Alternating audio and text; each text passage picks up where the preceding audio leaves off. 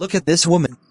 Her name's Donna Walton. These are her 3 children, Jane, Darryl, and Michelle. Donna's an English teacher. She is not rich. And she is not famous. Look at her house. It is small and there's no pool. There are 3 bedrooms in the house. Donna's car is old. It is slow and uncomfortable. There is no radio or cassette player in her car. There is an engine, a steering wheel, and there are 4 wheels and 2 doors. Donna isn't happy. She'd like a big house, a new car, and a lot of money. Look at this man.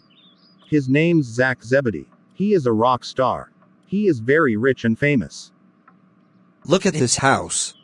It is large and expensive, and there is a swimming pool in the backyard. There are 10 bedrooms in the house. Zach's car is new. It's a white Lincoln stretch limo. It is fast and comfortable.